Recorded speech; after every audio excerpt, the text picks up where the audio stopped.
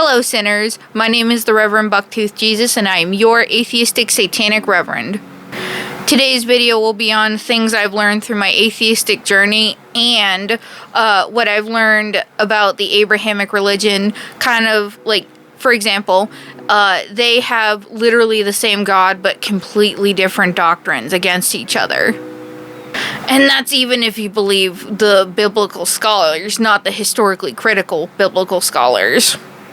But we'll put a pin in that. For now, before we get into the video, I want to make sure that you guys follow all of my social media and hit the subscribe button on places like the YouTube. Also, so you can see my devilishly handsome face again. With that being said, let's get into this very sinful video. I just want to start by stating an objective fact that I have personally noticed in myself. Atheistic Satanism has made me smarter and more of a critical thinker. And I know that sounds weird, but hear me out with this. When I started my journey 4 years ago, and like I always do, I did research, and this pertained to debating Christians and about debating in general. And the big thing I learned is what logical fallacies are and how to avoid them. Now, sibling in Satan, you may be asking, what the hell is a logical fallacy? Because I know when I started my journey, that was the first question I asked. And this next part may get complicated, but, stay to the end because you'll fully get it.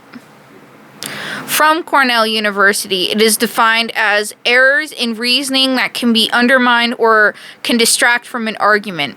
A logical fallacy can either be an illegitimate argument or an additional point which does not advance the strength of the argument. Logical fallacies can be identified in that there is often little evidence to give to the support of the claim. Examples of logical fallacies are begging the question, the slippery slope, or the red herring. Some of my own personal favorite examples are the slippery slope fallacy, which is the following. Claiming that X will cause Z to happen, and since Z is happening, that would be bad. X shouldn't happen. Therefore, there is, however, no evidence that X would cause Z to happen. This is often used in combination with appeal to emotions, which is another logical fallacy. And the best one I can think of, and that is most oftenly used, is when Christians or other people say that drag queens make children gay, and then they say protect the children. A logical fallacy followed by appeal to emotion. The second and final example I will use that is my personal favorite is the ad hominem fallacy. And this one gets used at me a lot. Specifically because people will use it to make fun of my appearance, or they'll take part of my argument, misunderstand, and then argue that part when I never said that, which is part of the ad hominem fallacy. And it's defined as, this occurs when you attack someone's character or the source of the argument instead of the argument itself. This is a form of a red herring fallacy, a distraction essentially, often used as a last resort to discredit, cast out, or to undermine the person's argument. And if you practice my brand of atheistic Satanism, you must learn how to avoid and combat these and other logical fallacies. So my suggestion, read all you can on them, even if it's complicated. And I guess this is so important because I grew up in a religious culture that taught creationism. Even when my family was pagan, I would say in retrospect that my mother was a Christo-pagan, the most stupid and contradicting of all the pagans. So I grew up believing in a lot of untrue things. And a memory comes to mind when I think about what I just said. And it's... specifically, my mother had arranged for the pastor of the local Southern Baptist church to do a at-home Bible study. I'm one of 8 kids, and it's kind of hard to do anything, so she had that done for, to try to educate us. I am the middle child with 3 half-siblings, so going to events is very hard, to say the least. Anyways, this pastor was a Brazilian corrupt cop catching and had to flee Brazil as a Christian missionary type deal guy. And he brought DVDs for us to watch, and he told us to watch them.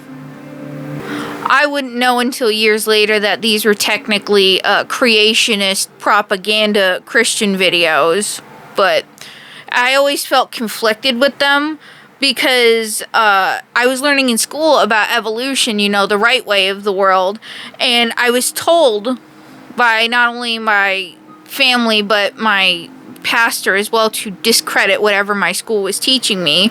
And so when I was looking at these and watching these DVDs, it stuck out as bizarre because it did not match up with what I was being taught. So according to creationism and these DVDs, everything was made in 7 days, and the fossil records somehow prove it because there was an explosion of life. Again, in retrospect, it seems like it was a lot of mental gymnastics and twisting of the actual, evidence, which, by the way, hindered on evolution to begin with. And it was kind of like a logical fallacy, almost. And because of all of that being taught to me, I felt like I needed to do a refresher course, so I turned to PBS Eons and I found, informational stuff, textbooks, all I could on, evolution and stuff like that. And I felt so much smarter for that. And I feel like that's why atheistic Satanism has made me smarter.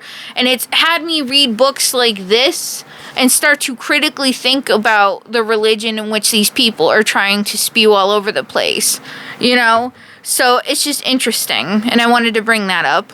And the next topic I'm going to cover is, I want to talk about the 3 Abrahamic religions and what they are specifically. Because sometimes when people are, talking to me or trying to confront me as a little Christian, they're like, I'm not Abrahamic. Newsflash, anybody who follows Yahweh or, the God of Abraham is Abrahamic. And the 3 main Abrahamic religions are Christianity, Judaism, and Islam. All of these are cults centered on unaliving people. Don't believe me? Straight out of the Bible, different ways to unalive children, according to the Bible. Setting fire to them, this is in Leviticus 10:3. Drowning them, Matthew 18:6. Starve them to unalivement, Lamentations 4:4. And finally, dashing them against stones, Psalm 137:9. And those are some examples out of the Bible and Torah, which are Christianity and Judaism. The example I will use out of the Quran, or the 2 examples I will use, is slay the unbeliever wherever you find them, Quran 2:191, and Muslims must muster all the weapons to terrorize the infidels, 860. I would go on to name more, but I think YouTube and the other social media platforms would get angry at me if I did, even though these are holy texts and you would think they wouldn't censor that if these people claim to be so loving and all that stuff, but we won't get into that. So it's safe to say that these death cults like to unalive people, and that's an understatement.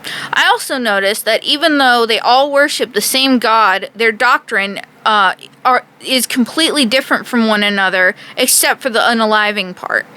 And if you look even further, they all splinter into subsects of themselves. For Islam, it's Sunni, Hanafi,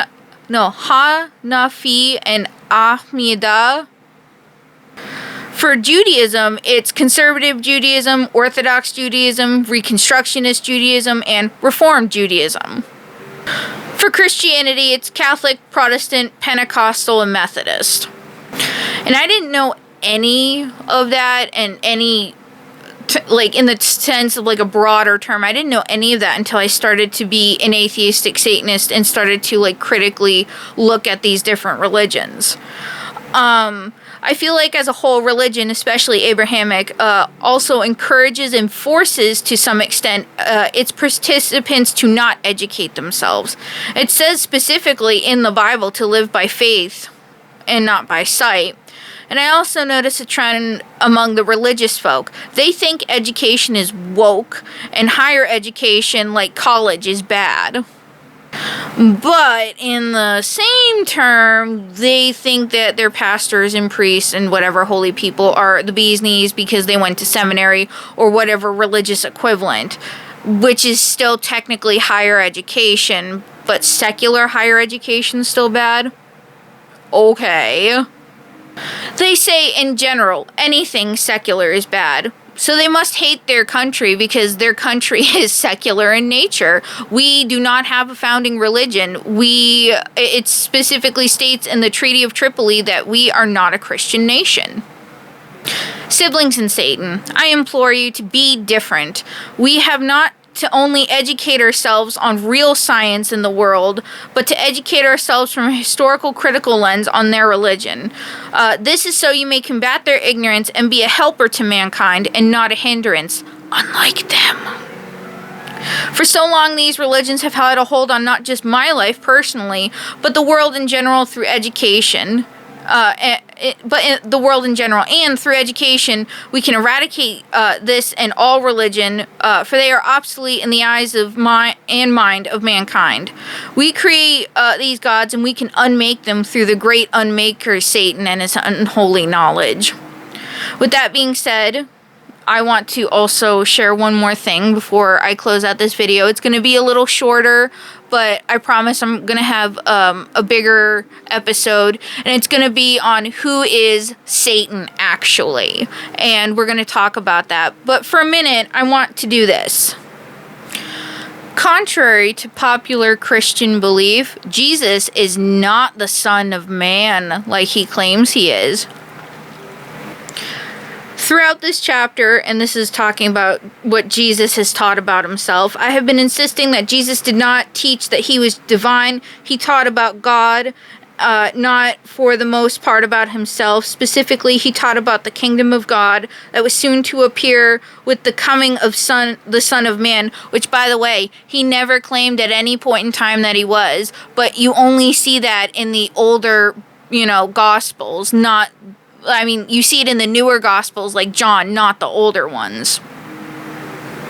Jesus was also, if he was a real person, according to the historical record, he would have been an apocalyptic preacher who thought the end times were literally right on their doorstep, and it never happened. He was wrong about a prophecy, and he literally says that he is not the Son of God. So, it's very interesting that these Christian people expect us to believe their bullshit when they can't even get their bullshit straight.